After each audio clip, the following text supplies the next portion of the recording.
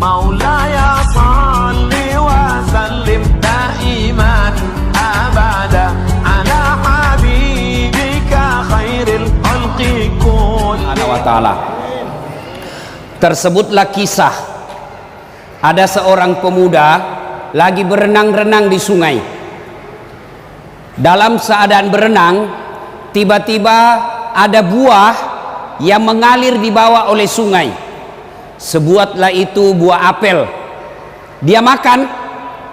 Begitu dia makan setengah, dia sadar, ini bukan saya yang punya, ini ada orang yang punya, dan saya makan, tidak saya minta izin sama yang punya. Lalu dia ingat hadis Rasulullah, siapa yang memasukkan barang haram ke dalam perutnya, hanya api neraka yang bisa membersihkan perutnya. Dia gelisah, waduh mati saya makan buah haram. Lalu dia telusuri sungai itu, dia cari pohonnya ini, jalan-jalan menyelusuri sungai, dia dapat pohonnya. Wah, inilah pohonnya buah apel. Lalu dia cari yang punya kebun, jalan-jalan dia dapat yang punya kebun.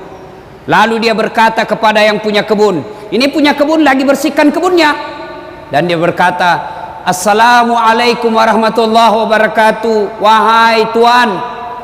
Balik ini yang punya kebun, Waalaikumsalam warahmatullahi wabarakatuh. Tuan, kata Malik bin Ibrahim, ada apa? Saya dapat buah di sungai, saya sudah makan setengah, dan saya ternyata tidak minta izin sama tuan. Mohon maaf tuan, saya sudah terlanjur makan yang setengah, tolong halalkan yang setengah lagi, saya kembalikan ini yang setengah. Kata yang punya kebun, enak betul kau sudah makan setengah, kau kasih saya sisamu. Tidak mau saya maafkan kau, tuan maafkanlah saya. Dia bilang yang punya kebun, baiklah, saya maafkan kamu dengan catatan nikahi anak gadisku. Kalau bahasa Bugis, wak dampangeko tapi pubene anakku. Langsung dia bilang ini cowok Malik bin Hilal, alhamdulillah dapat gadis. Tapi dia bilang ini orang yang punya kebun, yang kau terlalu cepat senang bos. Ini anakku tuli, bisu, buta, lumpuh.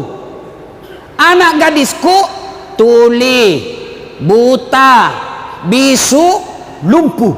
Dia bayangkan anakmu, apa enaknya? Dia bilang, ya terserah, kau mau saya halalkan yang kau sudah makan, nikahi anakku. Kau tidak mau nikahi, haram itu yang kau makan, saya tidak halalkan. Gelisah, pilih cewek buta atau masuk neraka? Dia ingat lagi, tidak ada yang bisa membersihkan kecuali api neraka. Oke, kata anak muda ini Malik bin Ibrahim, baiklah tuan, saya nikahi anakmu. Sudah dinikahkan. Setelah dinikahkan, lalu bapaknya berkata, anak muda, silakan kau jemput istrimu, silakan kau masuk di kamarnya. Jalanlah anak muda ini berpikir, aduh apa enaknya, tuli, bisu, lumpuh. Dia ketuk pintu. Assalamualaikum warahmatullahi wabarakatuh. Selang beberapa saat keluar kedengaran suara perempuan. Waalaikumsalam warahmatullahi wabarakatuh. Wih, kaget. Berarti dia tidak bisu, karena dia jawab salamku. Berarti dia tidak tuli, dia dengar salamku. Lalu dia buka pintu, dia masuk. Lalu datang ini perempuan, dia jabat tangan suaminya. Berarti dia tidak buta. Dia lihat tanganku, dia jalan menghampiri suaminya. Berarti dia tidak lumpuh. Kenapa? Dia bisa jalan. Dia tidak peluk istrinya. Kaget, tidak buta, tidak tuli, tidak bisu, tidak lumpuh. Dia lari ke mertuanya. Pak, bale-bale kok. Ini kalau bahasa Bugis bale-bale, bohong. Banyak juga orang Bugis di sini. Banyak. Masya Allah, di mana-mana saya banyak orang Bugis ini Pak. Di Biduk-Biduk banyak orang Bugis. Samarinda seberang banyak juga orang Bugis. Sangatta, banyak orang Bugis. Di Bontang Kuala, mau orang Bugis semua situ. Saya masuk penjara, ada juga orang Bugis. Bubuhan Bugis ini luar biasa. Lalu dia bilang, ini bapak bohongi saya. Kenapa bapak katakan anaknya buta, padahal dia melihat? Apa kata ini bapak? Anak muda, anak gadisku sebenarnya sudah banyak yang lamar. Saya katakan anakku buta bukan karena dia tidak melihat, tapi matanya tidak pernah melihat barang-barang haram. Tidak seperti anak muda di Indonesia sekarang suka lihat film porno di HP-nya. Bukan cuma anak muda, orang tua juga. Lalu dia bilang lagi, lalu kenapa bapak katakan anaknya bisu? Anak muda, anakku saya katakan bisu bukan karena dia tidak tahu bicara, tapi mulutnya tidak pernah berbicara kecuali yang ada faedahnya, tidak pernah berbicara tidak ada gunanya. Tidak seperti ibu-ibu Indonesia, biar bukan urusannya dia gosip juga. Biar Ustadz Dasat na gosip juga. Lewat langsung, itu lagi Ustadz Dasat, itu juga wajunya waktu di TV One. Kenapa? Khusus kok tukang gosip. Lalu dia kita anak-anak muda ini, lalu kenapa bapak katakan anaknya tuli? Anakku saya katakan tuli bukan karena tidak bisa mendengar, tapi karena telinganya tidak pernah mendengar sesuatu yang bukan urusannya. Begitu, iya. Lalu kenapa bapak katakan anaknya lumpuh? Anakku saya katakan lumpuh bukan karena dia tidak bisa berjalan, tapi karena kakinya tidak pernah melangkah kecuali langkah-langkah fisabilillah. Tidak pernah pergi tempat biliar, tidak pernah pergi tempat main karaoke, tidak pernah pergi tempat sabung ayam. Kakinya selalu dia pakai berjamaah di masjid. Wah, kata anak muda, berarti bagus sekali tuh anakmu pak. Dia bilang, iyo, ini anak gadisku banyak dia lamari, tapi tidak ada yang lulus. Lalu kenapa bapak pilih saya? Saya pilih kamu karena saya yakin pasti kau orang baik. Buah saja yang nyata-nyata sudah jatuh, yang semua orang pasti halalkan, kau masih takut. Berarti dalam perutmu, dalam darah dagingmu tidak ada barang haram mengalir dalam dirimu. Kamu pasti orang baik. Sudah anak muda, jangan banyak bicara, masuk kau capai istrimu. Masuklah dia di dalam istrinya, dia peluk, dia cium. Lalu apa kemudian yang terjadi? Silahkan bapak sendiri bayangkan. 1 tahun kemudian lahir anaknya ini, Malik bin Ibrahim. Lahir anaknya Malik bin Ibrahim, lalu dia kasihlah nama anaknya Abu Hanifah. Apa tahu kan siapa Abu Hanifah? Abu Hanifah adalah salah satu imam mazhab yang sampai detik ini masih dipakai ilmu-ilmunya, masih dipakai fatwa-fatwanya. Bukan cuma di Indonesia, seluruh umat Islam di dunia memakai ilmunya. Hebat Abu Hanifah. Kenapa? Karena bapaknya terpelihara dari makanan dan minuman yang haram. Inti ceramah kita ini, bapak mau punya anak seperti Abu Hanifah, meskipun bapaknya sudah meninggal, ilmu-ilmu anaknya dipakai sampai detik ini, maka disebut amal jariah. Meskipun dagingnya sudah hancur, meskipun tinggal tulang belulang, tinggal tengkorak, tapi amal-amalnya tetap mengalir. Kenapa? Karena dia punya anak yang bagus ilmunya. Kenapa? Karena bapaknya tidak pernah memakan dan meminum serangan fajar.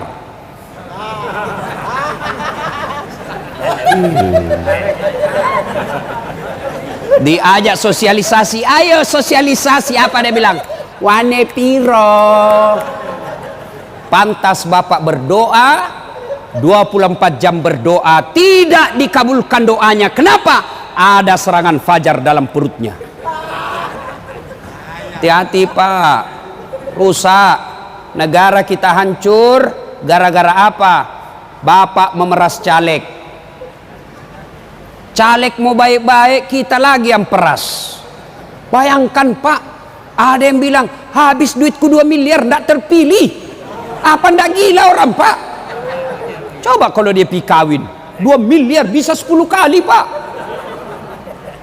Nah bapak ibu saudara-saudara sekalian, bapak mau tahu ndak bagaimana nasib bapak nanti dikubur? Mau? Ibu-ibu mau tahu nasibnya ibu nanti ketika meninggal? Halo ibu, kalau ibu meninggal nanti siapa yang doakan ibu? Siapa? Suami. Pret. Baru 3 bulan kawin lagi. Ada kawan saya menunaikan ibadah haji pak, wah meninggal istrinya mendadak, bengkak matanya pak, nangis. Lalu apa dia bilang? Ustadz, rasanya separuh jiwaku hilang, tidak bisa lagi aku teruskan hidupku Ustadz. Saya bilang hebat juga ini bapak, sayang betul sama istrinya. Beberapa bulan kemudian saya pergi jogging lapangan Karebosi Makassar, ada lagi perempuan di sampingnya, putih, muda, tidak pakai jilbab, seksi. Saya tanya, Pak, siapa dia? Dia bilang, istri baru Ustadz. Ayo, bapak-bapak, ketika bapak sudah di alam kubur, siapa yang doakan bapak? Siapa yang doakan? Istri. Kawin lagi istri kita pak. Siapa yang doakan kita? Anak. Saya tidak mau ambil contoh orang lain. Saya yang selalu saya doakan dalam sujudku, bukan saudaraku, bukan bosku, bukan rektorku. Siapa? Ibu bapak saya. Kalau bapak mau tahu nasibnya, bapak dikubur, lihat anaknya sekarang. Kalau sampai 30 malam tarawih selalu ada di masjid, bapak sudah kaya. Anaknya jam 4 pagi, 4 sore pergi main futsal, pergi main skater, pergi main bulu tangkis, pergi jogging. Tapi begitu 5:30, buru-buru pulang ke rumahnya, lari, masuk ke kamar mandi. Kenapa? Dia buru-buru mengejar sholat maghrib berjamaah di masjid. Bapak sudah kaya meskipun 30 tahun di Samarinda ngontrak-ngontrak. Jam 4:30 subuh, bunyi gerendel di pagar besi.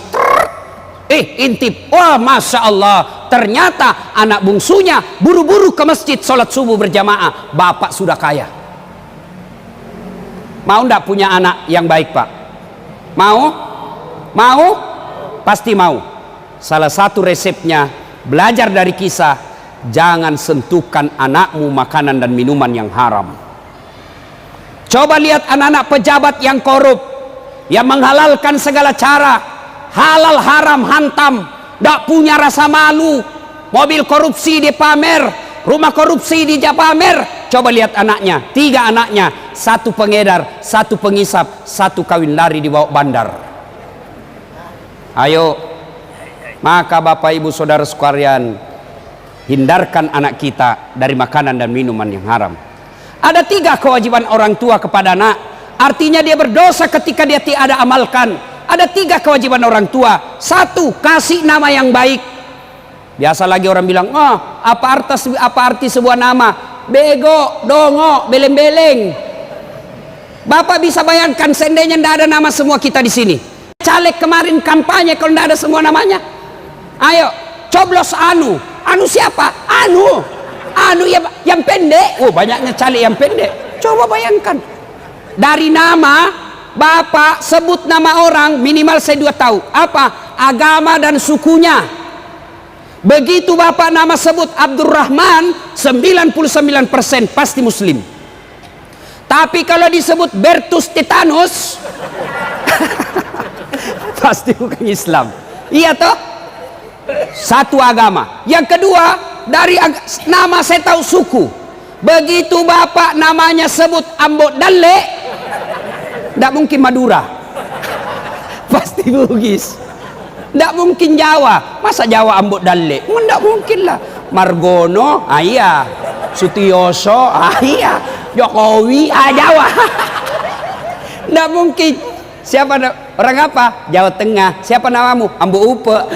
Tidak mungkin. Nama. Yang kedua, kewajiban orang tua, beri makan. Yang ketiga, didik. Dari 3 kewajiban orang tua, sayang 1000 sayang. Kita terlalu bingung dengan makannya anak tak? Kita terlalu cemas dengan perut anak kita. Padahal tidak ada orang yang mati gara-gara kelaparan. Masya Allah. Samarinda, tolong tunjukkan saya ada orang yang wafat meninggal dunia di Samarinda karena kelaparan. Tolong tunjukkan saya. Tidak mungkin. Ingat Ibrahim alaihissalam, diperintah untuk dakwah. Wahai Ibrahim, kau pergi dakwah. Kata Ibrahim, siapa yang ngurus anak saya? Gimana makannya anak saya? Allah berfirman, pecahkan itu batu di depanmu. Dipecahkan. Apa maksudnya? Pecahkan lagi. Kampak lagi 2 kali. Kampak sampai 3 kali. Pecah. Ibrahim alaihissalam mendapati ulat. Tahu ulat, Pak? Tahu ulat? Ulat. Lalu Allah berkata, Ibrahim, kau lihat itu ulat. Tidak ada tangannya, tidak ada kakinya, kulitnya sangat halus, batu yang sangat keras. Dia bisa hidup dalam batu yang sangat keras. Siapa yang jamin rezekinya? Saya, Tuhanmu yang maha kaya. Jangan kau cemas soal perutnya, saya yang punya urusan. Kita, Ibrahim mau meninggal, dia kumpul anaknya. Lalu apa kata Ibrahim? Anakku, ma ta'buduna min ba'di, siapa yang kamu sembah nanti nak? Itu Ibrahim. Kalau kita, nak, ma ta'kuluna min ba'di, apa kau makan nanti, cong? Jangan pikir. Pak, ibu, bapak-bapak, saya tanya, tahu cicak? Tahu cicak, Pak? Bapak-bapak tahu cicak? Apa dia makan cicak? Hah? Nyamuk. Masuk akal enggak? Satu di dinding, satu terbang. Di mana ketemu? Enggak ada terminalnya. Tapi kata lagu kita waktu kecil, cicak-cicak di dinding, diam-diam merayap. Diam-diam merayap. Datang seekor nyamuk. Nyamuk yang datang. Tidak dibilang lagu, cicak lompat ke nyamuk. Wah, setengah mati kasihan cicak. Coba. Maka Bapak Ibu sekalian, Ramadan Allah hadirkan.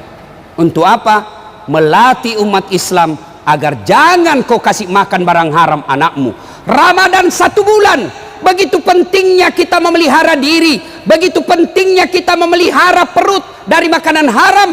Allah hadirkan 1 bulan untuk apa? Latihan kau jangan makanan haram. Ramadan, jangankan yang haram, yang halal saja kita tahan. Contoh, air kelapa. Halal atau haram? Air kelapa halal atau haram? Halal. Tapi jangan kau coba-coba jam 3 sore Ramadan. Offside kau, bos. Ayo, nasi halal atau haram? Halal. Tapi siang hari bulan Ramadan jangan coba. Alhamdulillah, kalau kita mampu berhasil melewati Ramadan, tapi yang lebih penting selesai Ramadan terpelihara diri kita dari makanan dan minuman yang haram. Jadi pedagang jangan menghalalkan segala cara. Pedagang dia tulis dagangannya asli padahal palsu. Hati-hati. Dia tulis bensin murni padahal dia campur minyak tanah. Begitu ditanya, kenapa kau tulis bensin murni, kau campur minyak tanah? Apa dia bilang? Istriku namanya Murni. Pret. Ayo, hati-hati Pak. Tidak ada orang mati gara-gara isi perut, tapi yang banyak masuk neraka karena gara isi perut.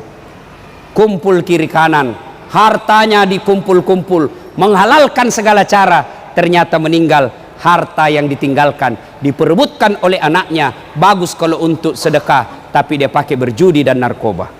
Pada akhirnya Rasulullah sallallahu alaihi wasallam suatu saat menuju ke satu tempat. Dalam perjalanan ke tempat tersebut Nabi melewati pemakaman. Tahu pemakaman, Pak? Kuburan. Lalu Nabi bersabda, langkahkan kakimu dengan cepat. Orang Bugis bilang, ma peri-peri kok. Cepat. Pulang lagi lewat makam yang sama. Sahabat ingin langkahkan kaki, lalu Nabi bersabda, tidak usah buru-buru, kau santai saja. Bersahabat bertanya, ya Rasulullah, tadi waktu pergi buru-buru, langkah kami cepat-cepat, pulang tidak lagi, ada apa ya Rasul? Nabi menjelaskan, waktu pergi tadi, itu orang yang ada di kubur disiksa. Saya tidak tahan mendengar, saya tidak tega mendengar dia disiksa, maka saya mau jauh-jauh cepat supaya saya tidak dengar dia disiksa. Waktu pulang saya dapat berita Jibril tidak lagi menyiksanya. Saya dapat berita dari Jibril. Kenapa? Allah perintahkan, berhenti kau siksa itu orang tua. Tidak mungkin ku siksa orang tuanya sementara anaknya di dunia lagi membaca Bismillahirrahmanirrahim dengan nama Allah Maha Pengasih dan Maha Penyayang. Masa bapaknya ku siksa, anaknya menyebut saya Maha Pengasih dan Maha Penyayang. Artinya Bapak Ibu saudara-saudara sekalian, yang bisa menolong bapak ketika bapak sudah di dalam kubur bukan pangkat jabatan. Yang bisa menolong bapak ketika sudah di dalam kubur adalah bukan harta kekayaan, tapi apa? Anak yang soleh dan soleha. Maka salah satu cara agar anak kita menjadi soleh dan soleha, pelihara dirinya dari makanan dan minuman yang haram. Alhamdulillah, bapak subuh ajak anaknya ke masjid.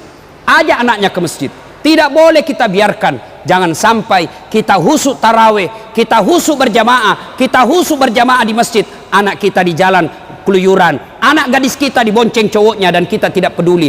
Maka demi Allah, orang tua seperti itu sebelum anaknya masuk neraka, ku ampusakum wa akhlikum nara. Orang tuanya dulu masuk neraka, baru anaknya. Auzubillah min zalik. Semoga ada manfaat. Ini saja tausiah kita. Mudah-mudahan ada manfaat. مولاي صل وسلم دائما أبدا على حبيبك خير الخلق كلهم مولاي صل وسلم دائما أبدا على حبيبك خير الخلق كلهم